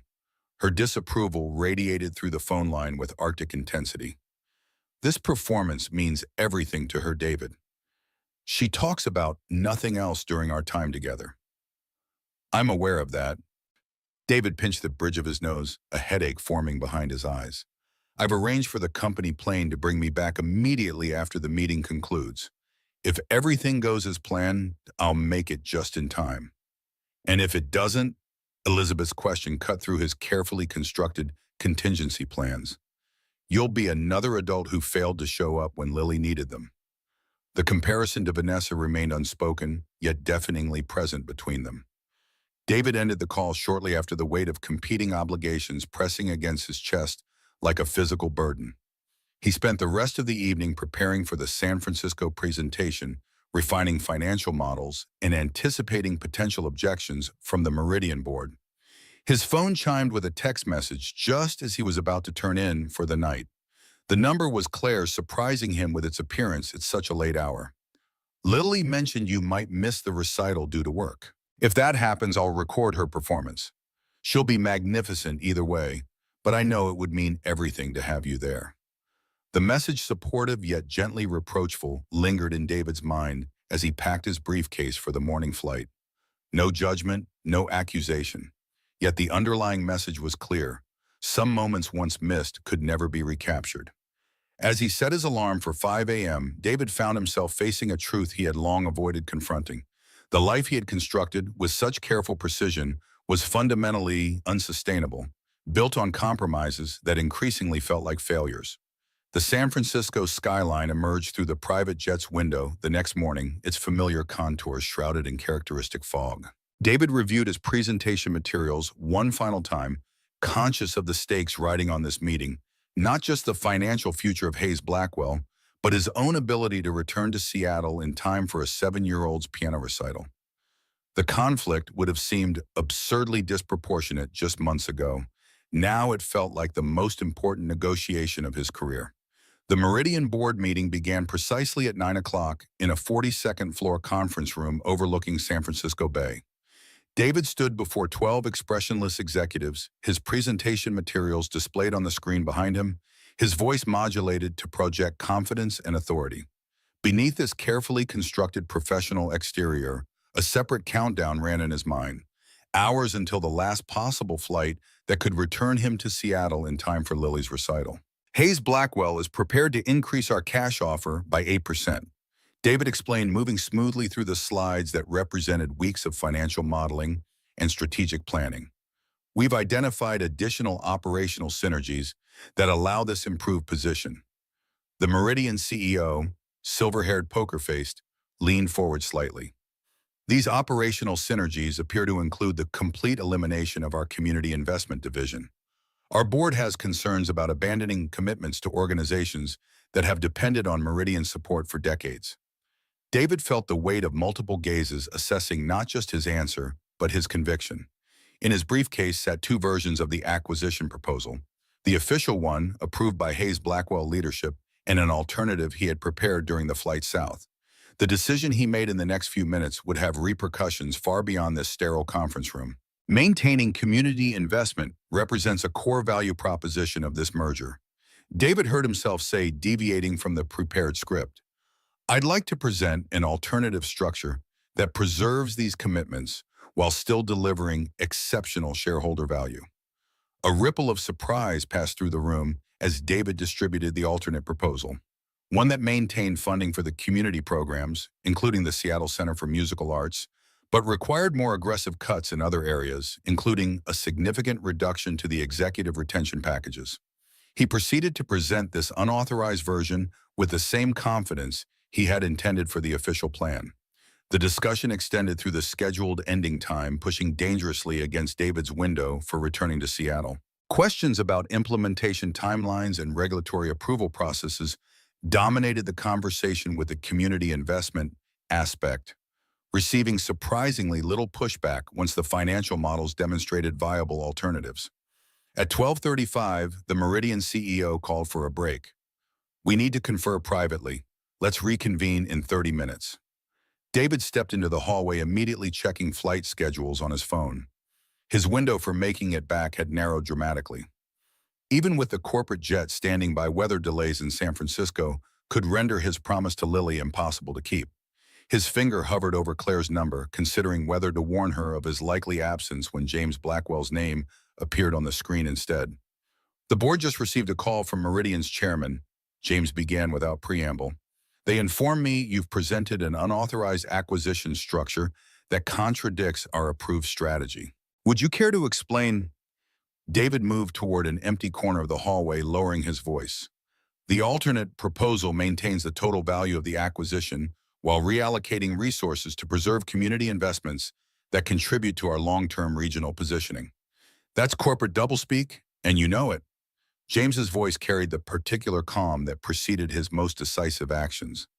"You deliberately undermined the board's direction because of a personal connection to one of these community programs. This isn't the behavior of a senior partner, David." The accusation hung between them, its accuracy making it impossible to refute. "The Meridian board is responding positively to the alternative structure. It could secure the acquisition more efficiently than our original approach." "That's not the point." The disappointment in James's voice cut deeper than anger would have. "You've demonstrated that your judgment can be compromised by personal considerations. The partnership vote is next month. This will be discussed." The call ended abruptly, leaving David staring at the screen, the professional consequences of his choice beginning to materialize with stark clarity. The senior partnership, the culmination of 15 years of strategic career building, now hung in precarious balance alongside his ability to reach Seattle by 6 o'clock. When the Meridian board reconvened, their chairman addressed David directly. "We find your alternative proposal intriguing, particularly the preservation of community investments. However, we'll need the official endorsement of your board before proceeding further. We've scheduled a joint call with both executive teams for Monday morning. No decision, no resolution. Just delay that now rendered David's professional risk potentially worthless, while simultaneously destroying his chance of making the flight." He maintained his composed exterior through the final handshakes and assurances of continued dialogue, though his mind raced through increasingly desperate transportation scenarios. The moment the meeting concluded, David called the pilot of the corporate jet only to receive the news he had been dreading. San Francisco International had implemented a ground delay program due to fog. No departures would be cleared for at least 2 hours. In the back of the town car, returning him to the airport, David finally texted Claire. "Delayed in SF, might not make it back in time." Her response came quickly. "Lily's asking for you, any chance at all?" David stared at the message, the simple words carrying the weight of his daughter's expectation and inevitable disappointment. Through the car window, the familiar San Francisco fog shrouded the city in ethereal white, beautiful yet impenetrable, much like the barriers between the compartmentalized sections of his life. Something had to change. Perhaps something already had. "Tell her I'm coming, whatever it takes." At the airport, David abandoned the grounded corporate jet and leveraged every professional connection and privilege at his disposal. A series of urgent calls secured him a seat on a commercial flight to Portland, not ideal but scheduled to depart before the fog delay cleared. From Portland, he would need to drive north to Seattle, a tight timeline, but theoretically possible if everything aligned perfectly. As his commercial flight climbed above the pond bank, David found himself in unfamiliar territory, a situation he could not control through preparation or financial resources. He was at the mercy of airline schedules, traffic patterns, and the unforgiving progression of time. His phone contained 3 missed calls from James and an email with the subject line, "Urgent discussion required," all of which would remain unaddressed until after the recital. The flight landed in Portland 10 minutes behind schedule. David moved through the terminal with focused efficiency, bypassing the rental car counters in favor of a prearranged private car service. The driver, briefed on the urgency of the situation, navigated Portland traffic with skill, merging onto I-5 North towards Seattle at precisely 3:17 p.m. The recital began at 6. Even with optimal conditions, they would arrive with minimal margin for error. David stared at the passing landscape, his mind replaying the decision points that had created this desperate race against time. 6 months ago, he would have prioritized the Meridian acquisition without question. The recital, while important, would have been regretfully missed in service to larger professional responsibilities. Elizabeth would have been disappointed but not surprised. Lily would have accepted his absence with the resilience children develop when adapting to adult limitations.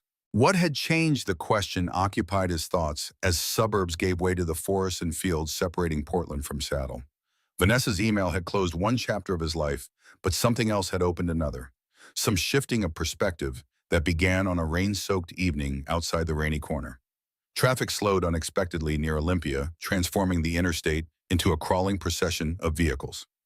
David checked the time, obsessively watching the cushion he had built into his calculations evaporate minute by minute. At 5:03 p.m., still 40 miles from Seattle in congested traffic, he received a text from Claire. "Lily goes on at 6:25. Elizabeth is worried. Should I tell Lily you won't make it?" The message crystallized everything into sudden, painful clarity. This moment represented a choice about what kind of father, what kind of man he wanted to be. Not just today, but for all the recitals and school plays and milestone moments that would shape his daughter's understanding of reliability and love. "I'll be there, promise her."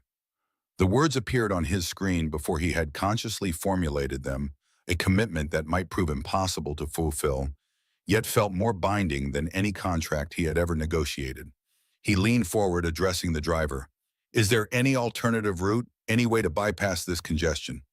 The detour added miles but avoided the worst of the traffic, cutting through smaller communities east of the interstate. David's attention fixed on the time display, calculating and recalculating arrival projections as each minute passed.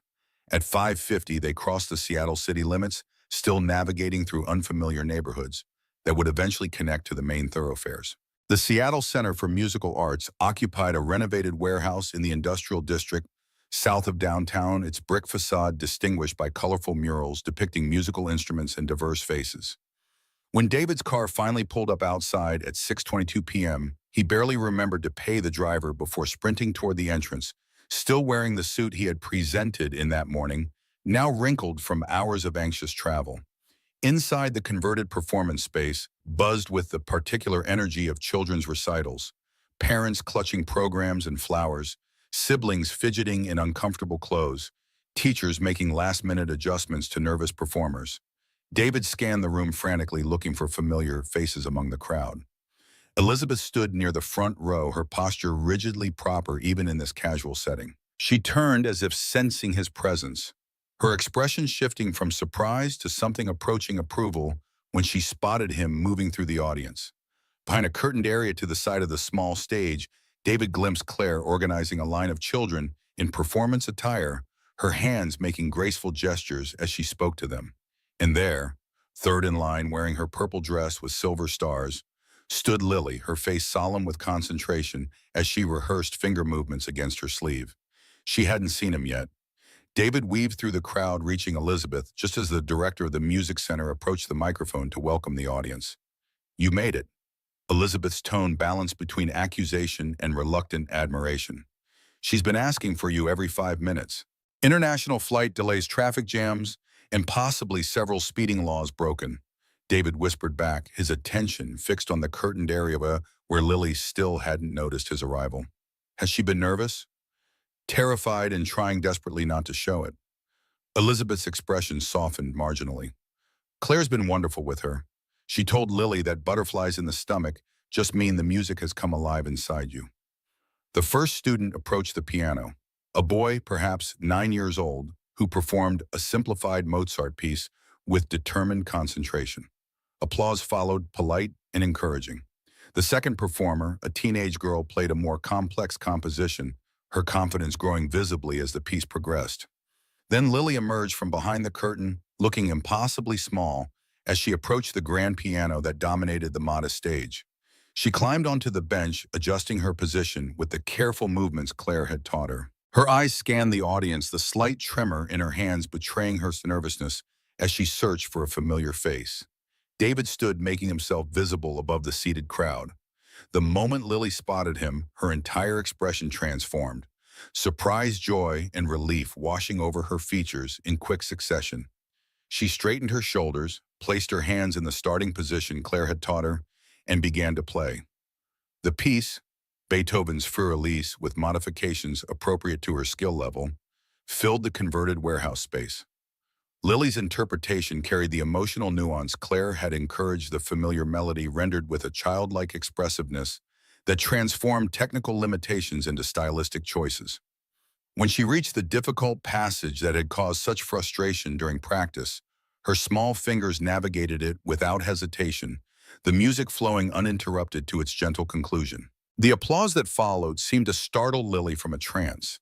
She stood and performed the formal bow. Claire had taught her, then broke protocol by waving directly at David before returning to the waiting area. The pride that surged through his chest in that moment eclipsed any professional achievement in his memory. After the final performer, the children returned to the stage for a group acknowledgement. Claire stood among them, offering guidance and encouragement to the youngest participants. When the formal program concluded, Lily broke away from the group and raced through the dispersing audience toward David, launching herself into his arms with complete trust that he would catch her. "You came? You really came?" Her arms locked around his neck with fierce joy. "Did you hear me play? I didn't make any mistakes in the hard part." David held her close, breathing in the familiar scent of her hair, now mingled with the nervous perspiration of performance. "You were magnificent, Lily, the most beautiful music I've ever heard." Over Lily's shoulder, he caught sight of Claire approaching, her professional demeanor softened by genuine pleasure at the reunion she had just witnessed. "You made quite an entrance, Mr. Hayes. I think half the parents were taking notes on how to make a dramatic arrival." Before David could respond, Elizabeth joined them, carrying Lily's school backpack and a small bouquet of daisies. "These are for you, my brave performer." She handed the flowers to Lily, who accepted them with the solemn appreciation she reserved for grown-up gestures. "Claire tells me there's a reception for the students and families. Shall we?" The reception occupied a smaller room adjacent to the performance space, a modest affair with punch cookies and the excited chatter of children coming down from performance adrenaline. David found himself standing slightly apart, observing the natural interaction between Lily, Elizabeth, and Claire, who moved between student groups with easy confidence, offering specific praise to each child. "Your daughter has remarkable talent," a voice beside him commented. David turned to find an elderly man with the unmistakable bearing of a lifelong musician. "I'm Walter Simmons, the director here." David shook the offered hand. "David Hayes, and thank you. She works very hard at it. Claire mentioned you might be interested in our scholarship program." Walter gestured around the room. "Many of these children attend on partial or full scholarships. Our community partnerships make that possible." The significance of the comment wasn't lost on David. "I understand your organization recently lost a major corporate sponsor. Meridian Financial has supported us for over a decade." Walter confirmed, his expression clouding slightly. "We've just been informed their funding will conclude at the end of the quarter due to a pending acquisition." The direct connection between the abstract financial models David had presented that morning and the concrete reality of this community space struck him with unexpected force. These weren't just numbers on a spreadsheet or talking points in a negotiation. They were children learning to express themselves through music, families building memories around performances, teachers like Claire creating safe spaces for creative development. That situation may be changing, David found himself saying. There are ongoing discussions about maintaining community investments through the transition. Walter's eyebrows rose slightly.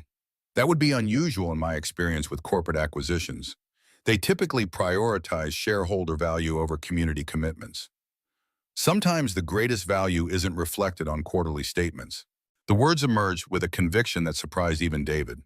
The most important returns are measured in years, sometimes generations. Their conversation was interrupted by Lily's appearance at David's side, her face flushed with excitement. Ms. Thompson says I can play in the Advanced Student Showcase next month. Will you come to that one too? The question contained no doubt, no qualification, just the pure expectation of a child who had seen evidence that her father would move mountains to keep his promises. The weight of that trust settled on David's shoulders like a mantle, simultaneously heavy with responsibility and buoyant with purpose. I wouldn't miss it for anything in the world. The evening concluded with Elizabeth driving Lily home for their planned weekend together, leaving David and Claire standing outside the music center as other families dispersed into the early Seattle evening. The spring air carried the particular clarity that follows rainfall, the city lights reflecting in scattered puddles along the sidewalk. That was quite the heroic journey to make a 7-year-old happy, Claire observed as they walked toward the parking area. Cross-country flights and interstate dashes seem above and beyond normal parental duty. David considered this assessment, recognizing how his actions might appear from an external perspective. A few months ago, I would have called it impossible. Staying for the full board meeting would have been the only professional choice. He paused, organizing thoughts that had formed during the desperate journey from San Francisco. Something's changed in how I measure necessity. Claire's footsteps slowed, her expression thoughtful in the gentle illumination of the streetlights. What happened in San Francisco that made you race back like that? Besides being a dedicated father, I mean. The question invited a level of disclosure David rarely permitted himself. Yet after the emotional intensity of the day, conventional barriers seemed less relevant. I presented an unauthorized proposal to preserve funding for community programs, including this music center. It may cost me a senior partnership I've worked toward for 15 years. Claire stopped walking entirely, turning to face him directly. You risked your partnership to save our funding. Why would you do that? The answer existed somewhere in the space between logical explanation and emotional truth and territory David had spent years carefully avoiding. Seeing Lily with you, watching how music has become her sanctuary, it clarified something I've been missing in all my careful planning and professional calculation. What's that? Claire's question came softly, her eyes holding his with unwavering attention. That spreadsheets can't measure the issue of a child finding her voice through art. That corporate acquisitions shouldn't extinguish spaces where people connect through creativity. David gestured toward the music center behind them. Some institutions need protection from pure market forces, not because they're economically valuable, but because they're humanly essential. Claire's expression shifted from surprise to something deeper, a recognition that transcended their relatively brief acquaintance. Most financial executives don't typically arrive at that philosophy. Most financial executives haven't watched their daughters transform through music or met teachers who treat art as a calling rather than a career. The personal implications of his statement hung in the air between them, acknowledged but not directly addressed.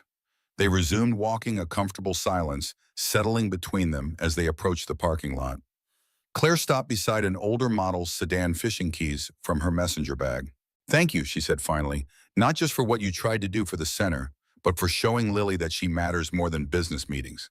Some lessons can only be taught through actions. The observation contained no judgment, no romantic overture. Yet David felt something shift in the careful boundaries that had defined their relationship. Would you like to get coffee sometime, not as Lily's teacher and father, but just as people who might have things to discuss? Claire considered the invitation keys suspended in her hand. I'd like that, though I should mention something first in the interest of transparency. She took a breath as if preparing for a difficult confession. My aunt, the reason I came to Seattle, passed away last week. The memorial service was yesterday. I'm sorry, David recognized the inadequacy of the conventional response. Were you close? She practically raised me after my parents divorced. She was also my first piano teacher. Claire's voice carried the particular steadiness of someone working to maintain composure. The point is, I'm not technically tied to Seattle anymore. I could return to Portland where I have more professional connections. The implication clarified. Any personal relationship they might develop now existed in the context of her potential departure. What will you decide? Claire unlocked her car, her movements deliberate as she formulated her response. I'm still figuring that out. My aunt left me her house, which is both a gift and a complication. And I've developed connections here with my students with the music center. She paused, meeting his gaze directly. I don't make major life decisions based on possibilities, David. I need certainties. The statement contained no ultimatum, yet David understood its underlying message. Claire was not Vanessa. She would not build her life around maybes or promises that might dissolve under pressure. Whatever developed between them would require definite commitment, not speculative potential. Coffee first, he suggested, accepting the boundary she had established. We can discuss certainties and possibilities over caffeine. Claire smiled, some of the tension easing from her posture. I know a good place near Pike Place Market. Supposedly makes the best lemon pound cake in Saddle. The reference to the rainy corner, whether intentional or coincidental, struck David with its perfect symmetry. The location that had witnessed the beginning of his relationship with Vanessa and later his ritual mourning of its end might now become the starting point of something new. Friday evening, he suggested the proposal, deliberately reclaiming a time slot previously dedicated to the past. Friday works. Claire opened her car door, then paused. Just to be clear, this is coffee between two adults with potentially compatible interests, not a teacher-parent conference disguised as a social engagement. David found himself smiling, a genuine expression that reached his eyes in a way professional smiles never did. Definitely the former, though I can't promise Lily won't be a frequent topic of conversation. Fair enough. Claire's answering smile contained a warmth that lingered in David's thoughts long after they had parted. The professional consequences of his unauthorized proposal materialized swiftly. Monday morning brought a formal censure from the Hayes-Blackwell Executive Committee, delivered by James personally in a closed-door meeting where disappointment featured more prominently than anger. The senior partnership nomination was withdrawn, a significant career setback that would require at least 2 years to overcome, and assuming David chose to pursue that path again. Yet alongside these professional repercussions came an unexpected development. The Meridian Board, impressed by the alternative acquisition structure and David's evident commitment to community investment, requested his continued involvement in the merger discussions. Their chairman specifically cited the preservation of philanthropic commitments as a differentiating factor in their willingness to proceed with Hayes-Blackwell, rather than the competing offer. James delivered this news with complex emotions evident in his expression. You've created an unorthodox situation, David. The board remains displeased with your methods, yet reluctantly impressed with the results. The Meridian acquisition will likely proceed, but under terms closer to your unauthorized proposal than our original plan. David accepted both the rebuke and the backhanded compliment with equanimity. His professional identity, once the primary framework around which he constructed his self-worth, had recalibrated to a more balanced position in his internal hierarchy of values. What happens next? David asked, prepared for a potential demotion or reassignment. James studied him for a long moment before responding. You'll remain on the Meridian transition team, but under direct board supervision. The senior partnership nomination is off the table for this cycle. He paused, his tone shifting slightly. I've been authorized to offer you an alternative path, leading a new community investment division after the merger completes. It would be a lateral move, not the upward trajectory you've been on. The offer represented both punishment and opportunity, removing David from the direct partnership track while creating a role that aligned with the values he had demonstrated through his unauthorized actions. A year ago, he would have perceived it as career suicide. Today, the possibilities inherent in the position sparked unexpected interest. I'd like to review the proposed structure before deciding. David replied, his analytical mind already considering how such a division might operate more effectively than traditional corporate philanthropy models. Take the week, James advised, rising to indicate the meeting's conclusion. Consider what you really want at this stage of your career. And David, he added, his voice carrying the weight of decades of mentorship. There are many ways to build a meaningful professional legacy. The straightest path isn't always the most significant. The wisdom in the observation stayed with David throughout the week as he balanced routine work responsibilities with deeper reflection on potential futures. Friday arrived with no definitive decision about the career opportunity, but with absolute clarity about his evening plans. At precisely 6 o'clock, David entered the Rainy Corner Cafe for the first time since the night he had met Claire in the rain. The familiar space welcomed him with unchanged comfort. Mismatched furniture, bookshelf-lined walls, the scent of coffee and cinnamon creating an atmosphere of timeless sanctuary. Margaret looked up from behind the counter, surprise and pleasure animating her features when she recognized him. "Well, this is unexpected," she commented as he approached. "Different day of the week, too." David smiled, acknowledging the significance of the change. "I'm meeting someone, Claire Thompson. She might already be here."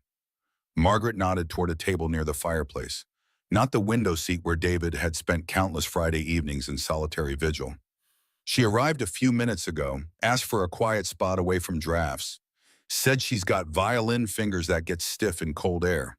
David made his way through the cafe, noticing how Claire seemed to belong naturally in the space, her presence complementing rather than disrupting its established character. She looked up from a book as he approached, closing it with deliberate care before standing to greet him. "No rain this time," she observed with a smile. "Seems like a promising sign." They settled into conversation with surprising ease, discussing everything from favorite composers to Seattle's best bookstores. Coffee extended to dinner at a nearby restaurant, the hours passing unnoticed as they discovered unexpected commonalities and intriguing differences in their perspectives. Claire spoke about her music career with unpretentious passion, describing both the joys of performing and the fulfillment of teaching. David shared stories from his early career before financial success became his primary metric of achievement. Neither mentioned Vanessa or Claire's ex-husband directly yet. Their past relationships informed the careful pace at which they revealed themselves to each other. There was no rush, no desperate seeking of connection, just the gradual unfolding of two adults discovering genuine interest beyond their shared concern for Lily's musical education. As the evening concluded, they walked along the waterfront, the spring air carrying hints of the summer to come. Pike Place Market had closed for the day, but lights still illuminated the famous sign, creating a quintessentially Seattle backdrop for their leisurely stroll. "I've decided to stay," Claire announces as they pause to watch a ferry crossing Elliott Bay. "In Seattle, I mean. My aunt's house needs work, but it's in a good neighborhood for building a teaching practice, and the music center has offered me a permanent position leading their string program." But David absorbed this information, recognizing its significance both professionally and personally. "I'm glad. Lily will be thrilled. She talks about your lessons constantly." "And what about her father?" Claire's question came without coyness or artificial pretense. "Is he pleased about this development as well?" The directness of her inquiry invited equally honest response. "Very much so, for multiple reasons that extend beyond his daughter's music education." Claire smiled, accepting the answer without pressing for elaborations neither of them was quite ready to articulate. "I should get home. Early student tomorrow, a promising cellist with questionable practice habits." They parted with the comfortable awareness of future conversations to come, no dramatic declarations or hasty commitments necessary to establish the potential developing between them. As David watched Claire walk toward her car, he felt none of the desperate attachment that had characterized his relationship with Vanessa, nor the hollow emptiness that had followed her departure. Instead, there existed a quiet certainty, not about specific outcomes, but about the value of the connection itself, however it might evolve. 1 month later, life had established new patterns. David accepted the position heading the Community Investment Division, finding unexpected satisfaction in creating programs that connected financial resources with meaningful community impact. His office relocated from the executive floor to a more modest space 2 levels down, a demotion in corporate hierarchy that somehow felt like advancement in personal purpose. Lily continued her piano lessons with Claire, developing both technical skill and emotional expressiveness under her guidance. The advanced student showcase approached with Lily practicing diligently for her featured performance of a Chopin waltz adapted for her level. Elizabeth, initially skeptical of Claire's influence, gradually warmed to her teaching philosophy and genuine interest in Lily's development. And on a particularly beautiful Sunday in June, David, Lily, and Claire visited the newly reopened Japanese garden in the Arboretum. As Lily raced ahead on the winding path, Claire fell into step beside David, their hands occasionally brushing in a contact neither initiated nor avoided. "She's flourishing," Claire observed, watching Lily's excitement as she discovered a small stone bridge over a koi pond. "Not just musically, in everything. There's a confidence in her that wasn't there when we first met." David nodded, recognizing the truth in the observation. "She feels secure now. The ground beneath her has stopped shifting." They continued walking in comfortable silence, following Lily's meandering exploration of the garden. When they reached a secluded viewpoint overlooking the city skyline, Claire turned to face David directly. "I need to tell you something." She began, her expression serious yet calm. "I've been offered a guest teaching position at the San Francisco Conservatory for the fall semester, 8 weeks starting in September."